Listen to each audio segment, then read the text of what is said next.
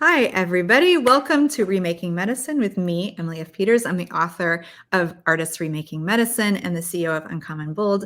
And I'm back for another amazing conversation about how we actually create change and progress and use our imagination to think about a better healthcare system here in the United States. And I'm excited to be joined today by my friend, Dr. Otten, who I came across through his book. And it's an incredible book called Ripple of Change that he co-wrote with a patient, sharing a physician's perspective on how we kind of find our way out of this current healthcare system that we're in. So welcome, Todd. Thank you so much for being with us. Oh, thank you for having me, and thank you for the kind words. And I will echo them right back at you because I loved your book as well. So It's a thanks book again. fest. Okay, so before we go on the journey of creating this book and the work that you're doing, give us the short bio of, the type of medicine you practice and where you're based and the type of work you do professionally, aside from working to remake medicine. Oh, interesting. So historically, I am a family physician. I was in the United States Navy, and that's really where I learned to love primary care. Fast forward through some pretty bad burnout in 2019, and I don't know if we really want to double click on that, but it had me. The answer is yes. Okay. Um, well, I'll talk about that. So in Yeah. 2019, I was seeing about 6,000 patients a year, which is a Mm. tremendous volume for a family physician, really a tremendous volume for any clinician. I was Mhm. also chief of staff. I was an ACO medical director, and then I had some pay withheld because had two open charts, Mm. and it was it was ridiculous. I was ready to quit. And these kinds of things are systemic right now, which is Mhm. why we're hearing about all the burnout and the moral injury and all that kind of stuff. Fortunately for me, I had an amazing CEO who gave me some time off, desperately Mhm. needed time off to get some counseling and to do some prioritization, what have you. So I came back, I took over another clinic in the book, which I'll show the book. There we go. I got it out of the way, Ripple of Change. Um, the chapter is called Office Utopia, and there's a reason for that. I vowed we would live the quadruple aim. In short, for those listening that may not be aware, that's patient experience, quality care, lower cost, but then also that wellness piece, which is so important as Mhm. we're caring for other human beings. And it was amazing. We had 3 nurse practitioners and so on and so forth. But in August of 2022, another brilliant administrative decision changed my career trajectory Mhm. dramatically. I was told that I was going to be moved back to the town where I had gotten burned out, and it Mhm. was going to happen in a very short time frame.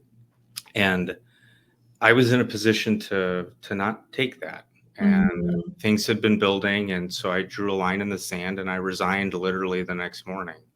And I'd been there for almost 13 years at that point, so clearly that wasn't a snap decision for a physician. Mhm. But it led to this beautiful journey of finishing the book and advocacy and networking and talking with amazing people like yourself, and really working not only outside the system for change, but now also inside the system, trying to Mhm. work on change. So hopefully that was enough of a background about me, and I will end right there. No, that was amazing.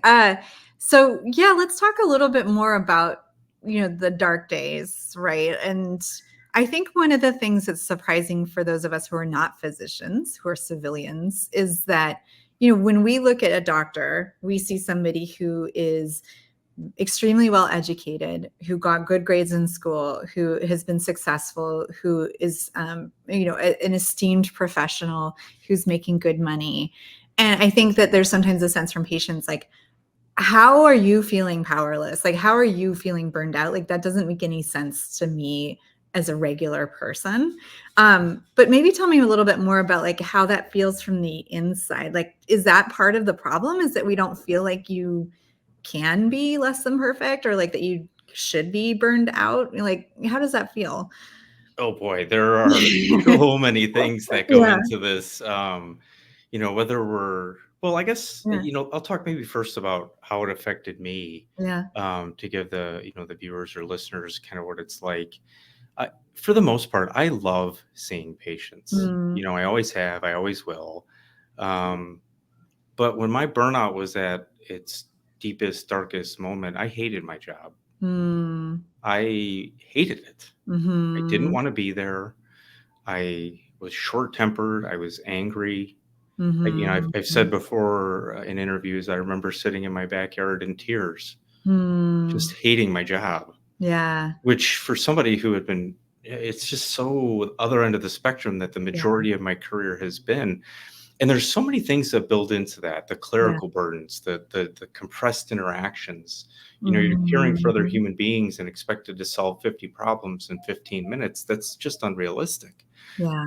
Um, and the list goes on and on and on and on and on. And so we're at this point now with clinicians that there's so many pressures on them, Mm. that if they're not really paying attention to things rather, and saying no and setting Mhm. boundaries, they're just getting buried Yeah. and overwhelmed. And not Mhm. only that, you got to factor in like the trauma. Like I can't even tell you how many people I've seen die, or how Yeah. many people I've told that they're dying, and Yeah. life altering decisions that they're like, well, doc, what would you do? And it's like, you have stage 4 pancreatic cancer, and you're 92. I would spend time with your family, which Yeah. that's a true story, by the way, and a great success story. So, I mean, and the list just goes on and on and on. Yeah. Yeah. And I mean, because this is a coming out of a time where triple aim was the buzzword, right? And it's like, let's improve healthcare quality, let's lower costs, like let's make healthcare better for the patients. But the physicians and the clinicians were not a part of that triple aim goal, right? And that's where the quadruple aim comes in and starts to say, hey, the humans who are actually delivering this care and that this is their profession and that they swore an oath to take care of people, like we actually need to consider them in this model as well. Absolutely. And if you look at it, Mhm. when wellness is paid attention to, Mhm. typically all three of the other buckets, if you will, patient experience, quality care, and the costs all improve because Mhm. you're getting that clinician at their best, right? As Mhm. opposed to the other end of the spectrum where, maybe you have a short interaction, maybe something was forgotten, maybe that clinician's, God Yeah. forbid, suicidal, and who knows what kind of decisions they're making at that point, Yeah. ones that aren't going to be great for anybody, most likely. And so I think the quadruple aim is a beautiful thing. And we actually, with Joshua, who's my co-author in the book, we put the word "our" in front of it. And so you Yeah. can even think of it as like the quintuple aim, where we're trying to give everybody that sense of empowerment that they can make a difference. And really, Yeah. that's what the book's about. Like, if we all do something, we can improve healthcare delivery, in the United States. Yeah. So this is actually a perfect transition because this is what originally caught my attention when I saw your book online, was that you co-wrote this book with a patient of yours who you had known through your practice. That seems like a very unusual thing. I've never seen that done before, at least I haven't. So tell me about like that conversation of deciding to do this together and that really unique relationship you have with Joshua, as a patient. I think when we talk about high quality primary care, we talk about relationship driven care. This is like such an extreme example of that. Like, tell me about this example. Yeah, right. Not everybody can just drop everything and write a book with their physician or whatever. Yeah. Vice versa. No, so it started with Josh was really struggling with his neck pain. Mm, He had a pinched nerve, and we had tried just a whole host of things with limited success. mhm, And and then I had written him for a medication called duloxetine, which often helps with nerve pain. And the interesting or ironic thing about that is I actually still take that medicine for my mm, post-concussive headaches. So you could see why I was just only trying to help, but it had devastating consequences for him. mm, So he was getting to a deep, dark place, or was there. And I told him about the project, and he seemed interested, mm. even though he had no idea what the quadruple aim was.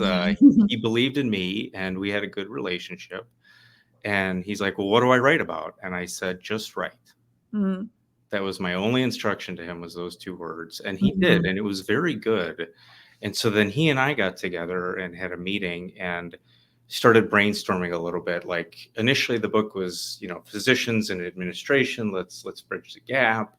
When Joshua got involved, it opened the door dramatically to the mm, target audience because you get both sides of that coin, right? It's not a mhm, one person game in that interaction, or it shouldn't be. I mean, there's two people mhm, there, and when they're working together, it's a beautiful thing. And it was at that meeting that we talked about the yin and yang approach, Mm. where he would weave his story in with my story. And Mhm. then it got really fun because he's like a nighttime guy and I'm like a morning guy, and we Uh-huh. were on doing it on Google Docs. So I would ping him, and then 12 hours later I'd get a response. And it was really a lot of fun, Wow. for the vast majority of it, for sure. What really surprised you in the process of writing that? Were there things that he wrote about that you did not expect? Oh yeah. I won't give away all the secrets, but some of them Spoiler are. alerts. Yeah, no, I don't want to Everyone give needs away to go buy the too. book. You know what was the coolest and maybe not surprising, but was the catharsis for both of us. Mm. I'd started the process coming out of burnout, looking to heal. And Joshua, in his writing his story, healed. I would make the case probably more than I did. Mm. Um, and that was just so cool. And then we got closer and we became good friends. And Mm. instead of tears and things at the beginning of the process, at the end, by the end, it was more laughter and Mm. camaraderie. And yeah, so that might have been one of the most surprising things, I suppose. Yeah. And was he surprised, hearing about it from your perspective too? Were those some of those conversations? Like, did he have a good understanding of exactly what, you were dealing with as the physician side? No, actually, and Yeah. it was eye-opening when Yeah. he read some of it because as he got to know my story, he's like, no wonder why that one visit sucked, because you were ready to quit. Yeah. And Yeah. so when he knew that, his empathy for me went even higher, and that Mhm. helped me heal even more and led to some really powerful stories too. And he Mhm. became a sounding board. Like while all this was going on, Mhm. I'm advocating for my colleagues at my prior employer, Mhm. maybe in a passive aggressive way at times. I won't deny that. Yeah. But I was being completely dismissed at times. Mhm. Um, and I would want to write an email, and you got to be careful with that. So I would reach out to Joshua and say, hey, what do you think? Should I send this? Should I not Mhm. send this? And Mhm. how cool is that to have Yeah. that close of a relationship that you can trust somebody and love somebody like that Yeah. to help you through some of these struggles. I mean, that's the dream when we talk about a primary care relationship. For those of us, out here in San Francisco, especially, I'm lucky if I get 10 minutes with my doctor, right? I'm lucky if I get to see the same doctor twice, and you and Joshua, I think he said in the book, right? He'd only ever had two primary care doctors in his entire life. The one who delivered him as a baby and took care of him, and then you. I mean, that's like such a starkly different relationship. And that's really, I mean, going into primary care, is that what you always envisioned in terms of your patients, like being able to have these really lasting, deep relationships with the people in your community? Absolutely. And I think, without a doubt, Mhm. and I think I had maybe a little bit of an advantage when I started because as a flight surgeon in the Navy, you're taking care of a lot of your friends. And Mm. so those normal barriers that might exist maybe were a little bit different for me when I first started. And Mhm. over time, not everybody, but I've become friends with a lot of my former patients. And then when I stepped Mhm. away, it became even easier. Yeah. Um, in fact, one of my friends, 60 some year old lady, I won't name her name, but she would come to a lot of the book signings and we've gotten to Oh, be friends as a result of it. And it's just, that's a beautiful thing. And imagine if we could deliver care like that, yeah. to everybody. Wow, it would be so powerful. That's what I want. You're inspiring me to go look and finally get assigned to a new primary care physician. Well, but I'm and excited. that's part of reimagining all this, right? Yeah. As you so eloquently wrote about in Mm. your book, is we have to think differently, whether it's direct Mhm. primary care models or different payment things, legislative reform. We could go down a whole Mhm. list of things that are going through my mind. But I Mhm. will give a cool example of something that I'm working on now, Please. and maybe a short story with it, I guess. Yeah. So a little over a year ago, I was approached by an emergency physician group, emergency care specialists, who they think outside of the box. They're amazing. I Mm. love working with them. But a year ago, I didn't want anything to do with a job. And so I'm like, guys, I love you guys, but I don't want a job right now. So Yeah. sorry. Um, Fast forward about a year, I really started missing seeing patients quite a Mm. bit. And so I reached back out and said, hey, I'd be willing to do something part time. And they recently opened a clinic called the Right Care Clinic, which is designed to fill the void, if you will, between urgent care and a traditional emergency department. For Mm. those of you listening, I'm pretending to do a pyramid here and maybe not doing the best at it. Anyways, and so it's a lower cost way to get really high quality emergency room care delivered by an emergency physician. And it's Mm. been amazing to watch this process from the inside. Mm. So that's kind of some of the stuff I'm working on now. Isn't it amazing? I mean, I'm sure when you were at the real low here and wanting to quit and just hating your job, I mean, did you even envision that there were people like that out there who were leading new care models and innovating? I mean, sometimes it feels like you kind of get in that silo of like, this is just how medicine is going to be. This is just how it is. Is that something that kind of surprised you as you started to try out new things and to put yourself first? Honestly, yes, Mhm. because I had tried for so long. And don't get me wrong, very successful at times to create change from within the organization I Mm. was at. But then when the organization I was with got acquired by a larger organization, that was not the case at all, Yeah. and very much the opposite. And then, fast forward 5 years, now that I've had a chance to do networking and advocacy, there are so many amazing groups out there Mm. doing wonderful and innovative things. And I think that's going to be a big part of how we can facilitate change on a larger scale, if you will, through impact Mhm. networks and that kind of thing. Yeah. Do you still get connected to a lot of people who are inside the system feeling burned out? Are you advising a lot of other physicians who are maybe a couple years back in the journey that you've been? You know, do you feel like people need to kind of find their own way on that? Or, are you able to help people through that?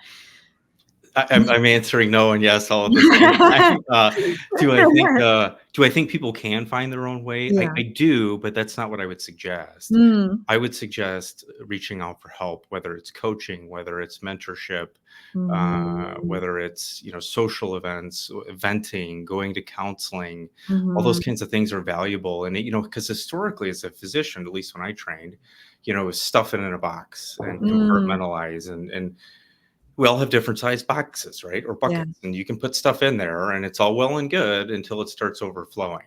And then Yeah. when it starts overflowing, it's not only a mess for that individual, but for, depending on the physician, thousands of people are being negatively affected by it. And that's good for nobody, right? Yeah. And so another group that I work with is Medicine Forward, and they recently started a pilot program for new members that they could have a free coaching session, one free. Mm. I mean, what an incredible opportunity for a young physician who's right out of residency, kind of trying to figure out the Mhm. game and all these things to reach out to somebody. And I'm not saying I'm not a coach necessarily, but Yeah. somebody with a significant amount of experience who's been trained in that wants to help them navigate those waters. It's a Yeah. beautiful thing. That seems like such a pattern in your career and in your own life. Just that idea of collaboration, right? And so you were collaborating with patients around their own health, but then that you found collaboration as a way to solve your own challenges and issues that you were facing. Are there other collaboration points in your career or in your life that feel really important? Yes, on many levels. Yeah. My family and the support that they've shown me in times of struggle can't be Mm. understated.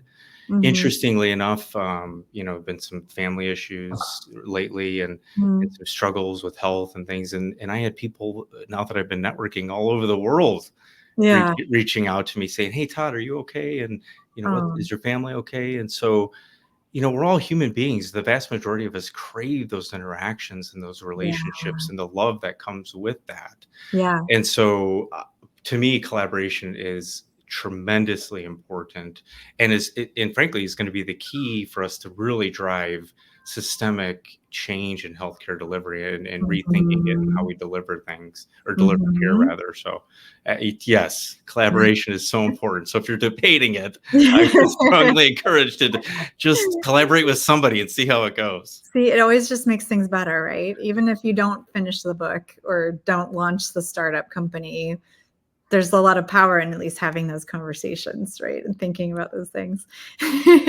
Oh, absolutely. Yeah. It's beautiful and you get different perspectives too, right? Mm, So like with Medicine Forward, we've got, about half physicians in the leadership core and half mhm, non-physicians.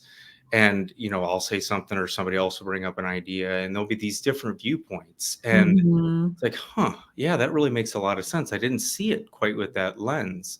Um, and actually, this goes to even more towards collaboration. One that we mhm. recently changed our mission statement, and I guess this is just top of mind. I don't know why Yeah, I'm dwelling on it, but I love it. it's to help physician patient relationships flourish to Mm. move medicine forward. And Mm, so bring those groups together, working together to come up with solutions. Like, to me, yeah. that's cool. I love that. I've had so many experiences myself where I go into the doctors or to see a nurse, and they always ask what I do, and I talk about my work in healthcare technology, and it turns into immediately like a 20-minute counseling session where I hear their complaints about Epic and I hear about how bad it is for them, which in some ways I appreciate that because that gives me like a different experience with that medical professional, right? The challenge is then, of course, like there's only 2 more minutes left to talk about like what I actually came in to talk about, right? Right, yep. I can I could see that from the other side because there got to be you got to be where I'd be like, "Look, I Yeah. can't fix healthcare in the next 20 Yeah. minutes. We need to Yeah. focus on your diabetes for a little bit here." Exactly, but it just really breaks my heart, like, I've had experiences as well where, and, I was getting a scan and the nurse who was helping me was talking about how she didn't wanna get her COVID booster and she was vaccine hesitant, and I go into, like, 'cause, that's the work I do, walking her through the decisions around it, and, like, again, like, I'm supposed to be here as a patient, and it's really painful sometimes as a patient to see the people who are supposed to be taking care of you just hurting so much and really struggling so much. And I think, in some ways that's a negative situation, but also that's a huge opportunity, right? That energy that clinicians and physicians and nurses have to be a little bit more vulnerable with their patients, to talk about the things that are a struggle for them. That's exciting, I think, for patients to then have that opportunity to think of like, what could we do, right? What could we do to help? Um, Write a book is a way, right? I know I've seen out here, some of the Kaiser like nurse strikes. We've seen patients come and join people on the lines. What else do you think are things that patients could do or civilians could do to help support physicians or clinicians or our healthcare workforce? That's a wonderful thought. I think, I often talk about, how can you give back, right? Because not Mm. everybody clearly can write a book, I mean, that's that's a big endeavor depending on what the topic is True. or what have you. But I often talk about time, talent, or treasure, right? So Mm. those individuals who spent some time, supporting those nurses in that strike, I mean, that counts, right? Mhm. Talent, maybe you're very good at writing thank you cards. Write your Mhm. clinician a thank you card. The vast majority of them, it Mhm. probably would be at the highlight of their day, to be quite Aw. honest with you. And maybe those people skip a cup of coffee, Yeah. donate to a nonprofit that's working towards improving some of these things. There's Mhm. plenty of them out there. Um, Mhm. so there's plenty of ways to contribute. It doesn't have to be some big audacious thing, right? Yeah. I think going forward, there's going to be opportunities, with voting Yeah. and legislative changes and things of that nature. So, there's all kinds of opportunities. And if you need a place to find some ideas, here's a good starting point right here. You have the handbook ready to go. So tell me, I know we only have a couple more minutes left, but we'll do a quick lightning round, and I'll start with like probably the biggest question, which is, if you had a magic wand, you could change one thing about our healthcare system today, and acknowledging that 100 million things need to change. But is there something that you would like to just change or fix that you advocate for right away? People over profits instead of profits over people would be my Mm. magic wand moment. Mhm. True nonprofits in healthcare, not necessarily different kinds of healthcare nonprofits that we Well, do. and putting Yeah. the right priorities at the forefront. Mm. And the interesting part of that is, I just wrote an article about this. When you do that, Mhm. the profits just magically flow in anyways. Like, who doesn't want to be treated well, right? Right, It seems so obvious. right. But anyways, Yeah, I'm with you. I mean, I think doing the right thing does pay off, and we're in a moment, unfortunately, in healthcare where there's not a lot of like systemic support for trying to do the right thing, right? Like that's a hard thing that's built into our health economics today. But maybe we can change it. Good, yeah, oh, excellent. for Yeah. sure, for sure. I didn't know how long of an answer you wanted me That to was give a you. good answer. Okay, all No, right. People Over Profits is a great one. Are there any other organizations that inspire you that you feel like are doing that? I can think of like Dr. Paul Farmer's Partners in Health, right, as an example. That's an extreme example, doing like charity care for the extreme most vulnerable. Are there any other organizations that you feel like are advancing that really well? I could list off a bunch. There are a lot of organizations, and I think everyone should Yeah. just got to remember that I'm a physician, so at times I'll be physician centric. Yeah. Some that come to mind: the Lorna Brain Foundation, trying to work Yeah. on specifically the reduction of physician suicide, but really you can go right on down the line. We need to reduce suicides in nurses and pharmacists and everyone else, to be quite Yeah. fair. The current national network is focuses on flourishing in medicine and does a lot of work with academia, medical Mhm. students, residents. Doctors for America works towards policy change. One of their founders is the current Surgeon General. I got to Amazing. a quick meet him, and actually one of my buddies is like, "Did you give him a book?" And I'm like, "Is that a rhetorical question?" Of course, I gave him a copy of the book. Whether or not he read it, I don't know. Your book is pretty big to just carry around in your pocket, though, all the time. um, but then there's other groups. I've got a friend, Mhm. Mark Smiley, in North Carolina. Beyond, oh gosh, I'm going to screw it up. Well, anyways, he's an ER physician that really does work with housing and equity. It's Beyond Equity Group, I believe, is the name of it. Ooh. And so there's just a lot of amazing opportunities out there for sure. Mhm. I love that. Those are great. Those are some new names to me, some familiar names, and some new ones that I'm going to check out. I have a guest visitor here. Hello. I see that. Okay, so the last question then is, tell us some things that are inspiring you right now that you're reading or listening or watching. How are you feeding your imagination? So I'm reading this book by Victor Montori. This is really good. I've enjoyed it a lot. Mm. I won't lie, Emily, I really liked your book. So, Yeah. of my recent reads, it's definitely been one of my favorites. I've got a couple that are on in the hopper just now, but those are Yeah. the most recent couple of ones. Nice. Interestingly, the show that I watched most recently was Breaking Bad. Okay. I'm Talk usually about somebody burned out and at the yeah, end of his yeah, right. I'm rope. about 10 years behind everything on pop culture, but Uh-huh. it was interesting. And then there's what is the show that's the follow on to it's about the lawyer Saul Goodman or whatever. Oh, yeah, Better Call Saul. Better Call Saul. It's That one's interesting. So those are some of the things. But in terms of healthcare and those types of stuff, Yeah. I do enjoy reading books, and so I digest those pretty quickly. But the other way I like to learn is networking. I Yeah. like talking to people, and that's probably why I liked family medicine so much. You're a So collaborator. You love those connections. yes, I do. Yes, I do. While I have you, and since you have seen the book, I'm always curious if there's a person in the book that really like extra spoke to you, that you felt like that was the one that really inspired you, to put you on the spot. Pop quiz. Oh I'll boy. fill in the name if you tell me the topic of It it. was one. I think one of the photographers in the book. Yeah, Dr. Hoda, maybe the physician. Yeah. I believe so, Mhm. and and I'm gonna Yeah. draw a blank in terms of the phrase, Yeah. but some of the language that they used when they Mm. were writing about their piece just really spoke to me. Yeah. Um, I I wish had I a could. feeling, because we're going to do another conversation on your podcast. We're going to try to bring Dr.